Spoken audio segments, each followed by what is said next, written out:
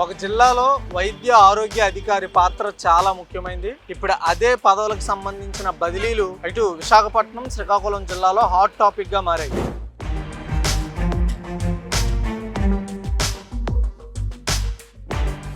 ఇప్పుడు నా వెనకాల కనిపిస్తున్న గ్రేటర్ విశాఖపట్నం మున్సిపల్ కార్పొరేషన్లో ప్రధాన వైద్య ఆరోగ్య అధికారి నరేష్ కుమార్ బదిలీ చేస్తూ స్పెషల్ ప్రిన్సిపల్ సెక్రటరీ ఉత్తర్వులు ఇచ్చి నెల గడుస్తున్నా ఎప్పటికీ ఆయన ఇక్కడే మకాం వేయడం ఇప్పుడు హాట్ టాపిక్ గా మారింది.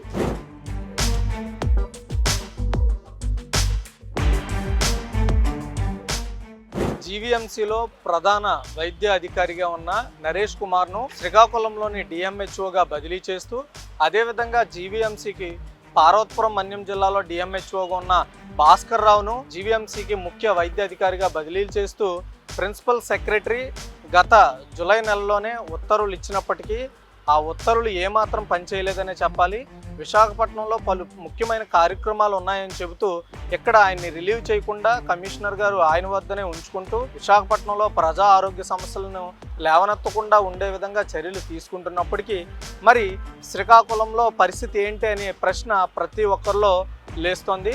అయితే ఏదైతే శ్రీకాకుళంలో డిఎంహెచ్ఓగా ఇక్కడ నరేష్ కుమార్ గారు బాధ్యతలు తీసుకోవాల్సి ఉందో, ఇక్కడ ఎవరైతే డిఎంహెచ్ఓగా ఉన్నారో ఇప్పటికే బదిలీ అయిపోవడంతో అక్కడ ఇన్ఛార్జ్ పదవిలో ఎలాంటి ముఖ్యమైన అధికారాలు లేని ఒక వ్యక్తి అక్కడ డిఎంహెచ్ఓ పదవిలో ఇన్ఛార్జిగా పనిచేస్తున్నప్పటికీ ఇప్పుడున్న ఏదైతే రైనీ సీజన్కి సంబంధించి ప్రబలే ఏవైతే విష జ్వరాలు ఉంటాయో వాటిని నియంత్రించడం కావచ్చు, లేదంటే అక్కడ ప్రజా ఆరోగ్యాన్ని పూర్తిగా గాడిన పడేసిన పరిస్థితి అయితే కనిపిస్తోంది. అయితే అక్కడుండే ఎవరైతే ముఖ్య నేతలు ఏరుకోరి ఇక్కడ నరేష్ కుమార్ గారిని శ్రీకాకుళం జిల్లాకి బదిలీ చేయించుకున్నారనే వార్తలు కూడా వినిపిస్తున్నాయి. అయితే అలా జరిగినప్పటికీ కూడా ఇక్కడ జీవీఎంసీ నుండి నరేష్ కుమార్ని రిలీవ్ చేయకపోవడం, ఆయన శ్రీకాకుళంలో ఛార్జ్ తీసుకోకపోవడం, అయితే జీవీఎంసీకి ఎవరినైతే కొత్త వైద్యాధికారిగా నియమించారో భాస్కర్ రావు, ఆయన పార్వతీపురం మన్యం జిల్లాలో ఎప్పటికీ అక్కడ డిఎంహెచ్ఓని నియమించినప్పటికీ ఇక్కడ బాధ్యతలు తీసుకోవాల్సిన భాస్కర్ రావు మాత్రం ప్రస్తుతం ఏదైతే సిక్ లీవ్లో ఆయన లీవ్ తీసుకోవడం జరిగింది. ఏదేమైనప్పటికీ అటు పార్వతీపురం మన్యం జిల్లా కావచ్చు, శ్రీకాకుళం కావచ్చు, ఇక్కడ విశాఖపట్నంలో ప్రధానంగా జీవీఎంసీ కావచ్చు, ఇక్కడ ఏదైతే వైద్య ఆరోగ్య శాఖకు సంబంధించి అసలు సరైన అధికారులు లేరా అనే ప్రశ్న అయితే లేవనెత్తుతోంది. ఎందుకంటే ఒక్క అధికారిని అక్కడ బదిలీ చేయకపోవడం, ఉత్తర్వులు వచ్చి అది కూడా ప్రిన్సిపల్ సెక్రటరీ ఇచ్చిన ఉత్తర్వులను కూడా పక్కన పెట్టి ఎక్కడ ఈయన్ని హోల్డ్ చేయడం, అక్కడ శ్రీకాకుళంలో ఒక హెల్త్ ఎమర్జెన్సీ అనే చెప్పాలి. ఎందుకంటే ఒక జిల్లాకి వైద్య అధికారి అంటే వైద్య ఆరోగ్య అధికారి చాలా ముఖ్యమైన పదవి. ఆ పదవి బాధ్యత ఎలాంటిదంటే ఆ జిల్లాలో ప్రజల యొక్క ఆరోగ్యాన్ని, వైద్యానికి సంబంధించిన సేవలను పూర్తిగా అతని చేతుల మీదుగా నడిపిస్తారు. అలాంటి అధికారి నెలవుతున్నా సరే అక్కడ ఛార్జ్ తీసుకోకపోవడం, విశాఖపట్నం నుండి ఆయన బదిలీ చేయకపోవడం, విశాఖపట్నంలో ఛార్జ్ తీసుకోవాల్సిన వ్యక్తి ఇంకా రాకపోవడం వెనుక అసలు ఆంధ్రప్రదేశ్లోని సరైన వైద్య అధికారులే లేరా అనే ప్రశ్న లేవనెత్తుతోంది.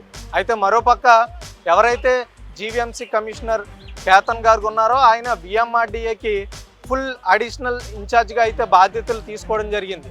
అయితే ఎవరైతే విఎంఆర్డీఏకి ముందు ఉన్న తేజ్ భరత్ ఎవరైతే ఉన్నారో ఆయన జిఐడికి రిపోర్ట్ చేయడం, ఆ తర్వాత ప్రకాష్ జైన్ని ఇక్కడ విఎంఆర్డీఏకి కమిషనర్గా అపాయింట్ చేయడం జరిగింది. అయితే ఒక ఉత్తర్వు వచ్చిన తర్వాత వారం రోజుల్లో ఆ పదవి చేపట్టాల్సిన అవసరం ఉంది. కానీ ఇక్కడ పూర్తిగా మనం గమనిస్తే 2-3 వారాలు గడుస్తున్నా సరే అక్కడి నుండి ఏదైతే ఇప్పుడు ప్రకాష్ జైన్ వచ్చేసి ఆర్టీజీఎస్ సిఇఓగా ఉన్నారు, అయితే అక్కడ ఒక వ్యక్తిని అపాయింట్ చేసిన తర్వాత ఆయన ఇక్కడికి రిలీవ్ చేసే పనుల్లో అధికారులు అయితే ఉన్నారు.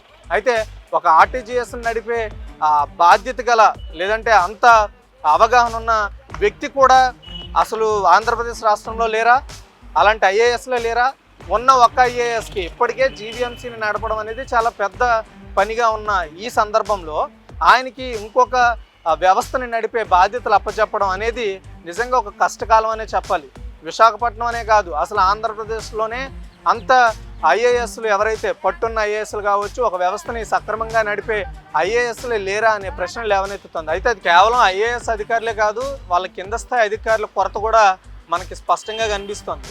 అయితే నరేష్ కుమార్ మీద ఎంతో ఆశలు పెట్టుకున్నారేమో జీవీఎంసీ కమిషనర్ అనిపిస్తుంది. ఎందుకంటే గతంలో గిరి ప్రదక్షిణ, అంతేకాకుండా కమిషనర్ గారు విదేశీ పర్యటన కావచ్చు, ఆ తర్వాత చాలామంది డెలిగేట్స్ ముఖ్య నేతలు ఎప్పటికప్పుడు విశాఖపట్నం విజిట్ చేయడం కనుక ఒక ముఖ్యమైన వ్యక్తి, అవగాహన ఉన్న వ్యక్తిని వేరే ప్రాంతానికి బదిలీ చేస్తే ఇక్కడ ఇబ్బందులు తలెత్తుతాయనే ఉద్దేశంతో ఆయన ఇక్కడ హోల్డ్ చేసినట్లుగా అయితే మనకు వార్తలు వినిపిస్తున్నాయి.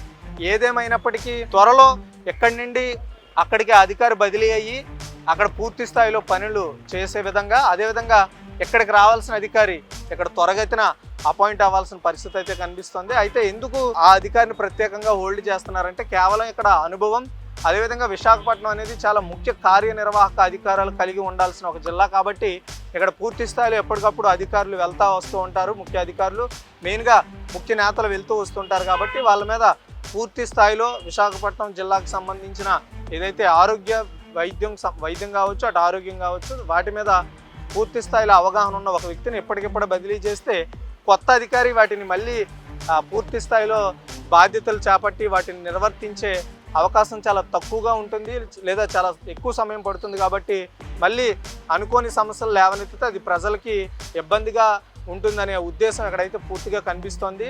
ఇక్కడ మనం చూడొచ్చు, త్వరగతిన ఈయన శ్రీకాకుళం బదిలీ అయితే అక్కడ ఎలాంటి ఇబ్బందులు లేకుండా ఉంటుంది. అదేవిధంగా ఇక్కడికి రావాల్సిన వ్యక్తి ఇక్కడికి రావడం ద్వారా ఆయన పదవి కూడా పూర్తి స్థాయిలో ఉంటుంది. ఎందుకంటే ఇప్పటికే పార్వతీపురం మన్యం జిల్లాకు ఒక డిఎంహెచ్ఓని అపాయింట్ చేసేశారు, బాధ్యతలు కూడా తీసుకున్నారు. కానీ అక్కడి నుండి బదిలీ అయ్యి ఇక్కడికి రావాల్సిన అధికారి మాత్రం ప్రస్తుతం అటు ఇటు కాకుండా మధ్యలో ఉండిపోయిన పరిస్థితి మనం గమనించవచ్చు. వీడియో జర్నలిస్ట్ ప్రేమ్తో రాజు, VBC1 TV, విశాఖ నుంచి.